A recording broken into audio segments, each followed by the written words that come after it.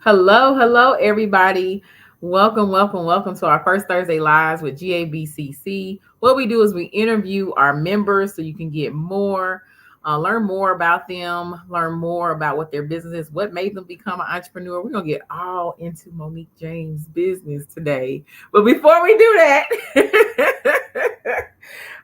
I want to make sure that you are connected to the chamber. So if you want to find out how to join the organization, you have any information you would like to know from the organization, just contact us.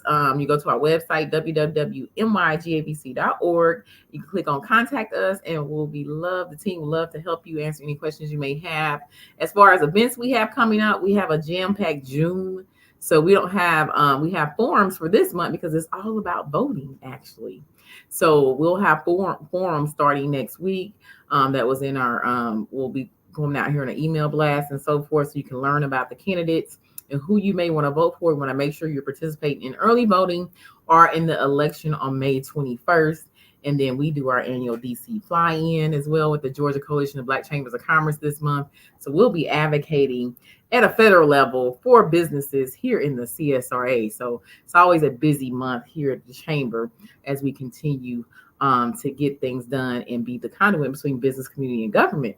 But Moniek, let's start this conversation off. I hear you're a marketing consultant, and everybody's always talking about marketing, but we're gonna save that for later, okay? So have you always been a marketing consultant? Is my very first question. I evolved into Okay. a marketing consultant. I started in entrepreneurship doing event planning, Mm-hmm. and the way that I was using social media, like Facebook was new around. This was like 1,000 years ago. No, Facebook Live didn't exist. It was brand new. Essentially, Facebook pages had just kind of started, and I Okay. was building my event planning business at the time and just playing around with it, exploring what I could do on the platform, how I could use the platform to introduce my expertise to people, give them a place to go, to kind of stalk me online and give them insight and advice about their events. So over time, as I transitioned from different businesses, I evolved into focusing on marketing strategy, because even once I started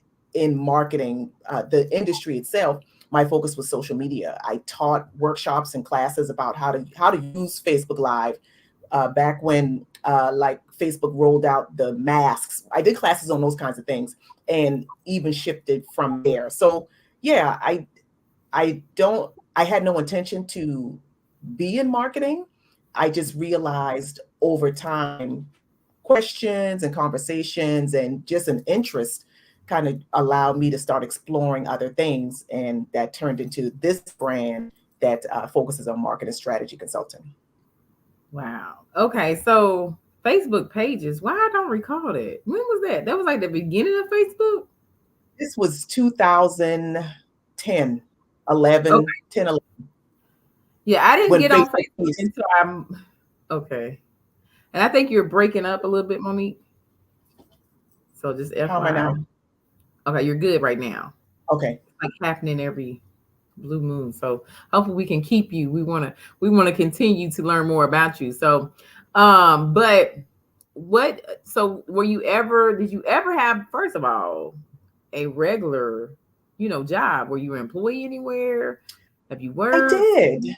Okay. Um, so I worked one corporate job after I got out of the army, Okay. and that job was the springboard for starting my first business. The Mhm. event planning business I started as a side hustle after I worked this job total about 5 years. About year four, I found out that my counterpart in a different office in a different state uh, was being paid $10,000 more per year than I was being paid. Mhm. And resume to resume, I was better candidate, like more experience, more education. And so this again, back before there were platforms, and communities like Lean In, like, encouraging women to advocate for themselves in the workplace and ask for what you want. I did all of that. I, ran down emails and gathered my evidence and marched my little self into my director's office and was like, hey, uh, this is new information that I now know. Mhm. And I would like to be compensated at least to match this person. Right. And a couple of days later, my director came back to my office and was like, no, your request was denied. And so I got pissed off and and recognized. But after the anger kind of settled, I Hmm. realized that the potential for earning more had been introduced to me. And then I Hmm. decided, well, if this job isn't going to pay me more, I can figure out how to earn more on my own. And that started me exploring what I could do on the side, what I could do after hours. At the time, my husband was deployed. I had just finished my bachelor's degree. Uh, our daughter was young, daycare, and so I started figuring out what can I do that would give me some more flexibility, allow me to earn some money, and works with the way I am, the way I'm wired. And that turned into the event planning business. Okay. Okay. So yeah, it's so many women have that same similar story when they're in corporate. It's like we find out, oh, Yeah. we're making less than our team or whatever. And then we find ourselves angry right at first. Then it gets strategic and you start realizing, okay, well, I can go outside and make more money or make what I'm truly worth. So that Yeah. way, you don't come into those situations. But that's a lot of similar stories, similar to kind of mine a little bit. There's some other things, but that it was included in it to pay. So so I totally understand and resonate with that. So the event planning. So now how do you go from event planning to marketing? Like what occurred? Okay. How was that process? Interesting. Interesting story. Okay. So the event planning business, I built that Uh-huh. while I was building. So we're military family. I had gotten out of the army, but my husband was still in. So I built the event planning business for a couple of years at this in the city where we lived at the time. And then we moved, we relocated, we went out to Arizona. At the time that we were moving, I had gone back to school. I was in graduate school studying for my MBA, and I had told myself, well, once we get to the new location and I graduate, I'm going to go back to work. Mhm. I'll figure out if the event plan business translate in this new community, but I'm going to go back to work. And the going back to work did not happen. And then after evaluating the market, I realized doing events in this way isn't going to work either. And so while I was job searching, I started a blog about my natural hair journey. I had transitioned at the previous duty station, and the community where we were, there were no natural hair resources, no events, nothing was really happening in the community. And I would be out and about, and women would stop me and say, "What are you doing with this?" or "Who did your hair?" Because there weren't even really any stylists at the time who understood how to guide women through their natural hair transition process. And so I recognized an opportunity, and I leveraged a lot of the contacts that I had back on the East Coast, and I started hosting my own events. I started hosting natural hair events. The natural hair events ev- expanded to include other topics. We would get together and say, yes, we're talking about beauty, we're talking about fashion, but we were also talking about other things like real life stuff that's happening, relationships, work life balance, family, all of these things we were talking about. And so that natural hair blog became a lifestyle brand that we talked about all of those topics. And so after I read the writing on the wall and realized, okay, Monique, these people are not going to hire you, so just go all in on this business. So I went full time in that business that became lifestyle is what it started as, and it evolved into confidence coaching. Underneath everything that we were talking about, I realized it was confidence.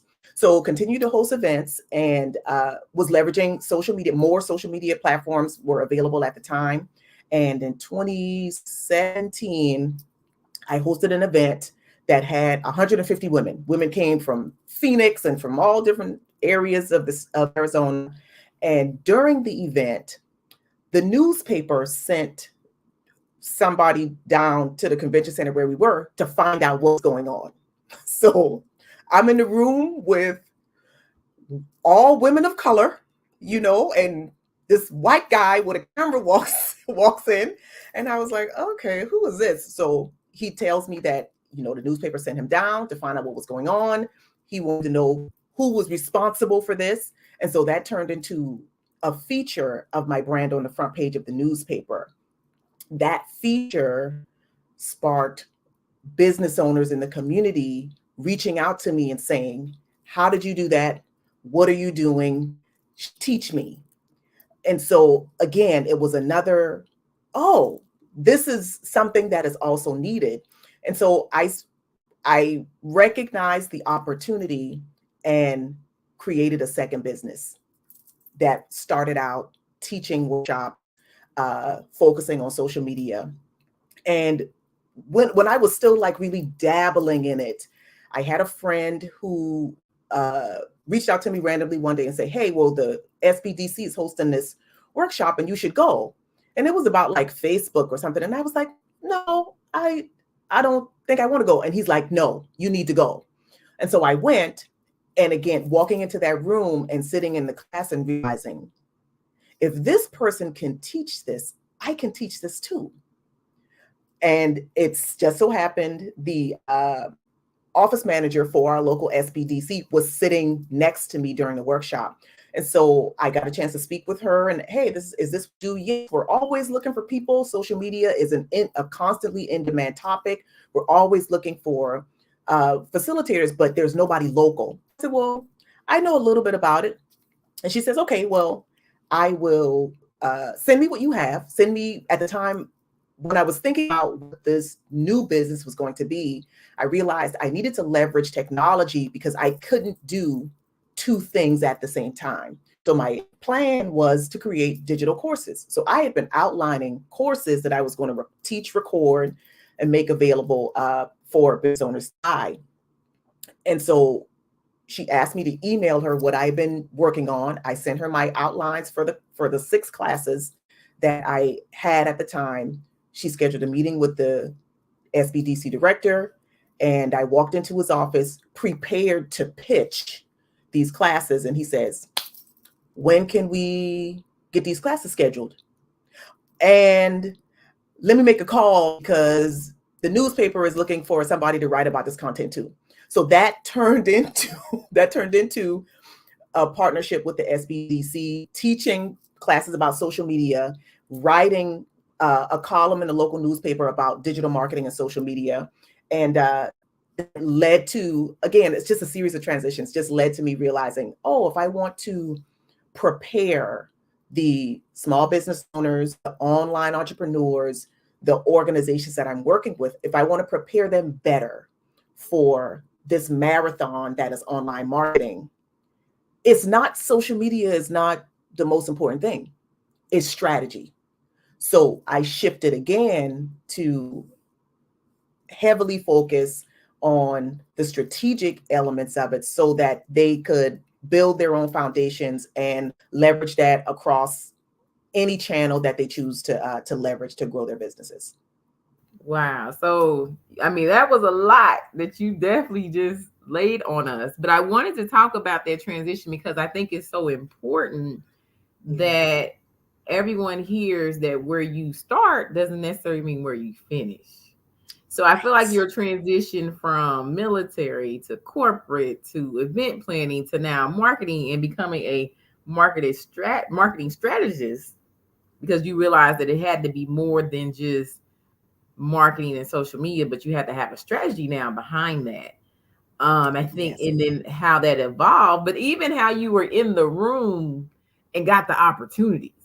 Totally doing something different, but that opportunity came for you to now get into the social media and then Yeah. now you're in that field. And I think sometimes we started one thing and we think we have to make that work, and we won't allow the things to flow to us that are coming, and those opportunities that may be the lane we really need to be in. And so I thought that was such Yeah. a critical. Thank you so much for sharing that, because I think that's a critical point to get across to those who are in entrepreneur space, or thinking about coming into this space, or may find themselves in this space, because we know that Yeah. happened during the pandemic with a lot of business owners.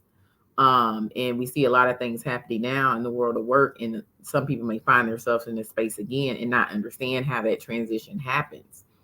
Now, get into a little bit about the marketing strategy. Now, well, first, before we go there, are you a solopreneur, or do you have a team, or how's your world of entrepreneurship? So I have a small contract-based team, and then I partner with other consultants for bigger projects. Okay. So you do have a team. Yes. I mean, that's the team. You have a team that you contract with, and then you have other consultants that you contract with. So that is a team. So the reason why I asked that, because a lot of us may be solopreneurs or start off as solopreneurs, but you have a contract based folks, and then you have people that you may partner with. That's an extension of you. So that is truly your team. So especially in a world of artificial intelligence and a lot of solopreneurs and so forth, the AI, we talked about this in the class, is your team at this point. And Yes. then, yes. Yes. So you got to think about it in that way. Also, that the contracting is your team, and the people you partner with is part of your team. Yeah. So I wanted to maybe share a little bit about that, because I think sometimes working through that, going from solopreneur to doing it all yourself, and understanding when it's time to, or hey, I need help in this area, and letting go. If you're willing to share, can you share a little bit about that and how you realize, hey, it'd be smart for me to part with another consultant, or I need to have some contract, or if you use any AI, can you talk about that a little bit in your business? So I use all the things, all the things. Okay. But the transition, that initial transition from Mhm. doing all of the work myself to bringing people to work with me on a more long-term basis started with writing down, first identifying the things that I didn't want to do anymore. Like, just, I don't want to do this. And those were the things that I started with. And I created SOPs. Again, military, that's what we do. Create Mhm. an SOP, outline all of those things. I recorded myself doing those things and talked through what I was doing, so that those new hires, they would have tutorials. They have an archive of tutorial videos to watch. They're always available. It's written out as well in a document that they always have access to, because I am big on the whole point of leveraging support, whether that support is a person or it's a tool, is to not have to be obsessed with the thing anymore. And so I feel like if the tool or the person is in place handling it, I'm not helping them, nor am I helping myself if my hands are still in the tool. And Mhm. so I have to design an environment for them to have everything they need so they can do what they're here to do well, knowing what my standard is. And that took a little bit of time on the front end, because again, it required deciding, what is the standard? What do I want this to look like? And then taking all of the information that is so easily accessible in my brain and put it somewhere and make it available to them. Uh, and so that's essentially what I've done with tools, AI, and my contract team.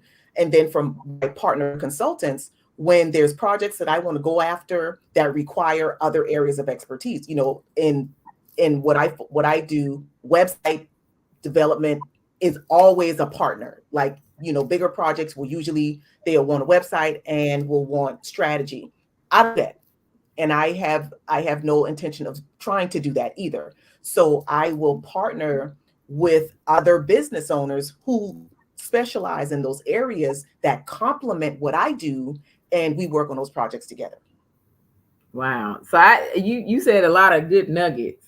First, the thing you said was deciding what you don't want to do and what you don't like doing.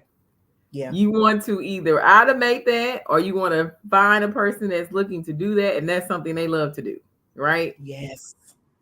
And the other nugget that I heard too was bringing structure from your previous experience. You Yeah. mentioned the SOPs and the training that you brought from the military to train your team. And I always, like to talk to entrepreneurs and business owners. I always say, even though you had that work experience and so forth, don't drop what you learned. You had Right. structure, you got training, you need all those things in your business. Why, Yes. when you become an entrepreneur, you let that all go? Bring that with you. So you dropped some really good nuggets there. So I know we about to get some more good nuggets. Now let's talk about what is the difference between, I guess, can you explain the difference between marketing and branding? Because I think that gets colluded sometimes. Mm. And I think let's start there first before we get into a marketing strategy and why that's important. So the brand is the invisible stuff. It's the feeling, it's the tone, it's for certain people it includes the logo and things like that. For my work, I'm not a graphic designer, so I don't deal with logos, but branding is creating the personality of the business. And once you have that clarified, then you plug that into the marketing vehicle, for lack of a better word. Um, you can do marketing without having a clear brand. Mhm. And well, I don't understand why nobody would want to have a brand with and not plug that into a marketing vehicle. But when those things are concise and they fit well, it resonates. It gets people excited. It gets people engaged. It gets people moving through the journey to get to the yes. Yeah. And I think that's important because it's very important, especially when you think about when you're going to a marketing specialist. Because business owners always have this issue. They're like, well, I didn't get what I wanted. I said, Mhm. well, what does your brand represent? And then they can't say it. I'm like, well, if you're trying to translate to a marketing specialist what you want, if you don't understand it, then it's not going to come across properly. Right. Is it Right. professional? Is it innovative? Is it, hey, I'm my target audience is, Gen Z, is it Gen X? Is it, all those things are very critical. What is your color scheme? What do you want your look and feel to be like? Do you want it to be on a Cardi B level? Or do you want it to be like an Oprah level? What do you want that? Hey, I want an in between, like Yeah. explain to that, because then that way they can say, oh, okay, that's giving me ideas of how to market this out for you. And I think that's important to understand, like you said, what feeling do you want people to have when they come across your business? What is your brand? So that when you go to a marketer, you're able to translate that and you get what your money's worth. Because I know we have a lot of business owners we talk to a lot of times, and they're very frustrated because they feel like, well, this is not what I was looking for. And so I'm always trying to help them to get down to, Yeah. right, what is your brand? Because then that's Well, going to and help then everything.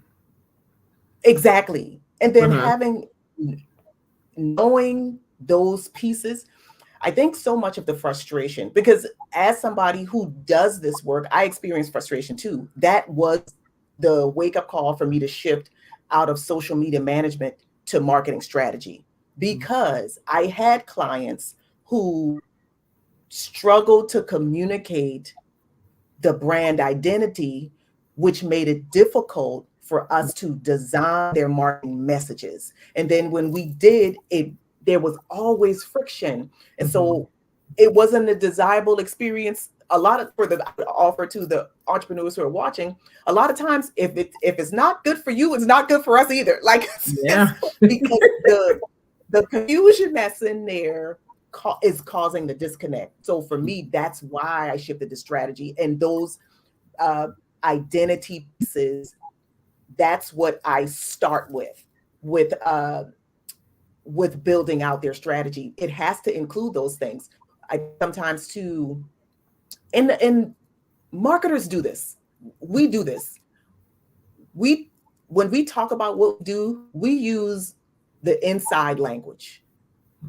The average entrepreneur, business owner who is maybe aspiring or emerging, maybe even expanding, but aren't doing their marketing online, have no idea what an avatar is. But we use that language assuming people will Mhm. know. And again, a lot of the frustrated experiences I feel like come from the not having the clarity, but also the mismatch in what they actually need. Sure, marketing is a broad term that covers so many different things. And I sometimes from the consultant perspective, we will take on that client knowing full well not going to end well because we're just looking for the next sale. But recognizing, I would think any professional consultant in the marketing space, they know what their client needs to have in place already to have a quality experience with them, or they have offers that they can present to get their clients to the goal that the client wants to reach. But it definitely starts with being clear from the consultant perspective, being clear about what it is that they do. I've turned people away because they will say, well, I want social media manager. I don't do that. I don't do that. I do this, and this why this is important. And once you have this, you can confidently hire somebody to create your content for you because they have everything they need to speak for your brand, to speak for your business. And so for me, that was part of the reason why I made that shift. Because in my opinion, that foundation better supports a business owner who's trying to leverage online channels. That better supports them than just a quick, oh, just make 25 TikToks and that'll get you where you're going. That's not sustainable. It's not realistic. I think that you were going a little bit into the strategy and what you do. And I think that's important because one, we don't want to waste money, right? We don't want you wasting Mm, money either as a consultant. And that's where I started off at when I started in entrepreneurship was being a business consultant.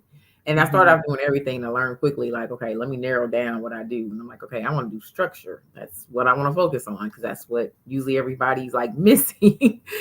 They Yeah. have a big problem. I have to go back and, okay, what structure are you missing? It's always that. So it's but I think, being able to understand the value of coming to you to get the marketing strategy so that then they can go hire the right professionals because now you're clear on what you're looking for your business and you can identify quickly this will work for me, this won't work for me. This is who I Exactly. need and this is who I don't need. So let's talk about marketing strategy and why that's so important so we can help the business owners today. Yeah, so in my opinion, marketing strategy is important because it guides your marketing. I believe in having a document, something written out, digitally or printed out, but it's your Bible. It's your marketing Bible for your business, regardless of the type of marketing you do. Where you are uh, dropping flyers from a helicopter in the sky, whether you are doing billboards, whether you're doing YouTube, whether you're writing emails, it doesn't matter the medium or the format that your marketing goes in, you still have to know what to say and how to say it. So for me, that the strategy starts with the message. The message of the brand includes the voice, the tone, the archetype, the identity, the goals that the business owner has in mind for their particular offer. It starts with those foundational things because if you think of the brand as a person, if you think of the business as a person, that person shows up to every interaction fully formed, not lacking anything. And so for my marketing strategy blueprint clients, this one particular offer, that's where we start. And my job is to ask all the questions, the difficult questions, the questions they've never thought about, the questions that are hard to answer. Because if they're willing to go through, if they're willing to endure and wrestle with well, how do I want people to feel when they see my marketing? Or what is the experience that I want to create when people see my brand? Or how do I say Merry Christmas? Because every brand does not communicate those same messages in the same way. So it starts there with the message. And then we take that message and plug that into your marketing, which is your customer discovery. Customer discovery is my favorite part of the strategy piece because we get to build worlds. We get to identify the person or persons, because most brands for every product that they sell, they have multiple personas, multiple avatars, multiple persons that they're targeting. And we build the worlds for that individual person. We go deeper than just the person is this age and they drive this kind of car and this is their family. We talk about the 360 degrees of their life, because particularly in digital spaces, online channels, you are wanting to show up every day or 2-3 times a week at least. And if the only thing you have to say in your marketing is, hey, this is what I sell, buy it. If that's all you have to say, people will tune you out. So if you don't know what else is going on in their lives, it will be difficult to create the content that they want to participate in. And so we build out what that person's life looks like. What TV shows are they watching? What music do they listen to? Where do they shop? What's going on in their lives? What's the internal challenges that they're experiencing, so that that business owner, they can design their marketing to aggravate that thing or to talk about that thing, so that potential customer says, oh, they really see me, they really understand me, they really get me. Let me subscribe to their newsletter. Let me subscribe to their YouTube channel. Let me follow online. Let me show up for the webinar or whatever the conversion is. And that's the next piece of it. After the marketing comes the system. Most business owners are managing multiple channels, and these channels can eat. Like, these algorithms will soak up everything that you pour into it. And so thinking about publishing content on LinkedIn and then YouTube and then on Facebook and then on Instagram and TikTok and then Pinterest and all the other ones that we don't even know about yet, that is overwhelming and that can easily be exhausting. So the third phase of that strategy piece is designing your system so that you know what your channels are, you know what your formats are, and you have a process that allows you to create with intention so you can maximize the distribution. That might look like choosing what I call I identify channels in tiers. What's your tier 1 channel? That's your hero platform, the channel that gets everything that you publish, your best stuff. And then what are your rerun channels? What are the ones that after you've created for the hero, how will you republish that on your rerun channels? It might not get everything. It might not get the complete version of everything, but it gets something so that you have a presence. But that's the mechanics. That's where the tools and everything comes in. For me, this word strategy, simply put, is a method of achieving a goal. So knowing what the goal is and holding that thing at the forefront, and then recognizing these are the fields of play, and how do we maximize our presence and our impact across these fields of play without exhausting the leader, the team, or the audience. And so it really is a balance, I feel, of creativity. You have to be willing to think in new ways about all of it, about the entire process, and strategy, which in a lot of ways is very rigid and just about the win. It takes both. And when the brand owner has all of those things, the confidence that comes with knowing that marketing that they're creating, the content, the whatever that they're ideating and planning and publishing is aligned. It's aimed at the goal that they've decided they want to reach. Now, I don't know. I feel like we just got a session and we may have to like make sure we see what your consultant fees is. Because I think you dropped so much nuggets and knowledge on marketing and putting your business out. And I think the reason why this conversation is so critical, this is one of the top, first of all, let me say, this is one of the top classes that is constantly requested from the chamber. Yeah. Is marketing. And it's really boils down to what you're talking about is understanding your brand and understanding your strategy. Because what's happening is you're thinking that you're not understanding how to effectively push out what you are selling to folks and how to reach your target audience and how to continue to reach them. So that way you have that, that return that you're looking for. So just hit there, since it's one of our most requested class, Monique. I'm picking up what you're putting down. Okay, you know what I put down. Just want to make sure you pick it up what I put down. Because this is something we're always requesting, and I think it boils down to more of them understanding what they're trying to sell. And I think, you can sell anything. I always tell people, in the world. You could decide that you want to create a yellow shoe, and all you decided to sell yellow shoes for people who wear a size 11 shoe. And it is more than likely a market for that, but you have to learn how to brand that properly and how to get in front of those people who wear size 11 and want a yellow shoe. Yeah. Yeah. And that, it's as simple as that. And once you begin to understand that, then your business to me gets on autopilot, or whatever you have gets on autopilot, and you're able to get to your goals you want to reach. Anything else that I left out that you want to add before we get ready to close out? And thank you so much for letting me dig all into your business this evening. Well, no problem. I'm always down to talk about these kinds of things.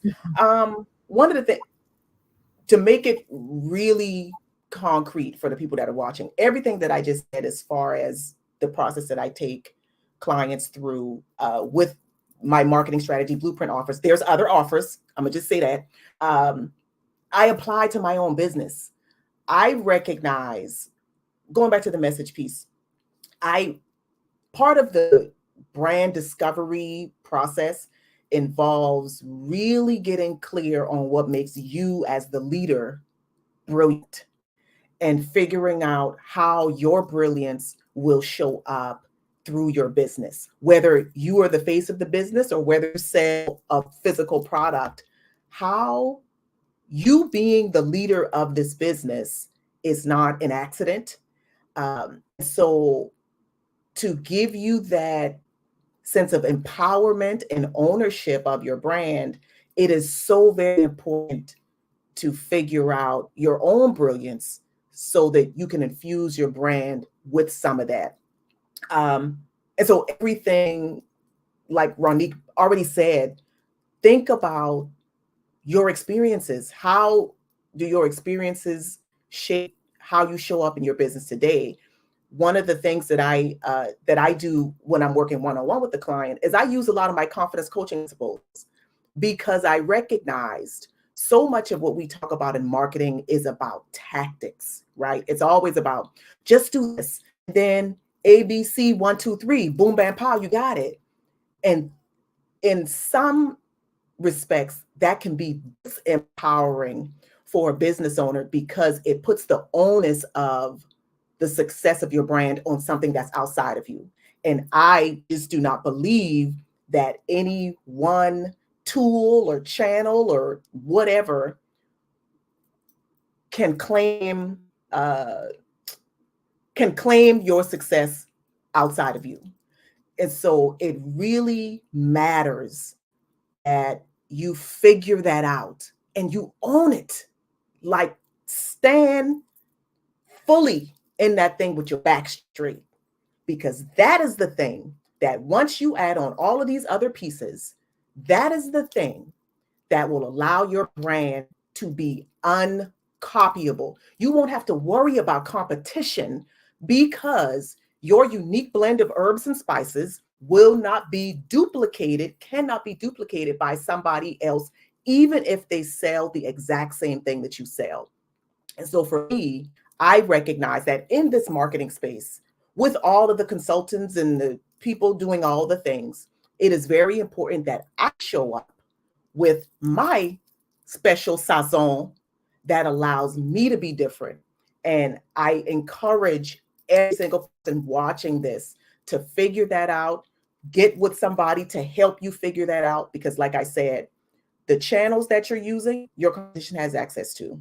The tools that you have access to, your competition has access to those as well. If you are not clear on your brand identity and that extra piece, you're going to feel like you're fighting a battle uphill, because there won't be anything to distinguish in the eyes of your customer you from somebody else.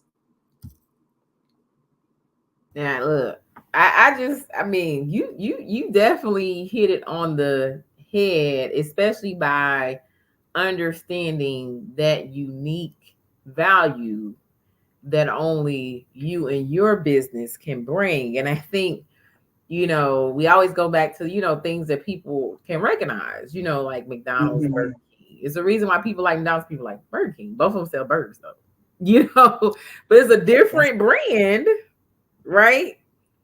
It's the difference when you go, Popeyes, Bojangles, White Castle, and what y'all have in down here, Crystals. Y'all don't compare to White Castles, but same thing, right? Both of them have little burgers, right? Yep. Come in a little pack, selling the same exact thing, but two completely different, unique brands. That's right. So That's I mean, right. if that, you really hit it on the head when you said that, and that, and they're in their own lane and they have customers. Yes. So I think, people can't imagine it that, but you made it so simple and so plain, so people can hopefully get a lot out of this. So thank you so much for being me this evening. If you could leave your contact information for anybody that wants to get in contact with you, wants to book a session or take advantage of any specials you have right now. It is National Small Business Week. So just shout out to all the small business owners, and you are one too. But go ahead and leave the your information for the viewers, anybody that may catch this later. Yeah, so I'm on not all the channels, some of the channels under my name, my first name, Moniek, Moniek James. My website is moniquejames.com, and all of the offers are there, the digital products, the one-on-one offers, everything you can find on the website. Yeah, that's where I am. I'm not hard to find. Okay. She says she's not hard to find. So let me go ahead and close out real quick. Thank you again, Monique. This has been a great interview, and I love getting all into your journey of entrepreneurship and then what you do for business owner. And thank you for sharing so much nuggets on marketing and so forth.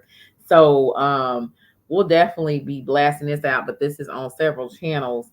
So thank you, viewers, for watching this. And if you're watching this later on, we appreciate you for watching it here at the Great Augusta Black Chamber of Commerce. But it's National Small Business Week. So we close out. Well, this week we have our Friday morning call, our CSR Economic Impact call. So tomorrow, 8:30, if you're watching this live or if you're watching this today, but Friday, 8:30 at May 3rd, we will be having our 8:30 call. And then we're actually going to be covering the topic of marketing too. So on that call, so I guess it's been a marketing type of week during National Small Business Week for 2024. I just realized that. And then I want to remind you, don't forget to vote wherever you are. It is in the month of May. So a lot of primaries, a lot of things that we need to be involved in as business owners, even as a community, because it does impact you when it comes to zoning and so forth, especially with our businesses and everything. So make sure you are aware. We will be hosting forums here virtually at the chamber next week, so you can get that information and so forth. And then we will be very active the month of June. So we love to see all our members and non-members out to all of our events we have coming up. And then June is Man's Month and also Juneteenth. So you will see the men leaders of the chamber take over next month. There will be a lot going on here at the organization. So, so just get prepared for that. But that's all I have. And if you want to connect with the chamber, I'm sorry, go to www.mygabc.org. I'm Moniek West, president, co-founder. And then make sure you're following us on all your social medias and share out this live so someone can get this marketing help. Share out, copy the link, send it to somebody that you know there's a small business owner and they're like, hey, I need help in marketing. You hear them talking about that. Share this out so they can get in contact with Monique. Thank you again, Monique. This was great. Thank you for having me. It was great. Like I said, I get to do this all night long. It's good. Everyone have a great evening.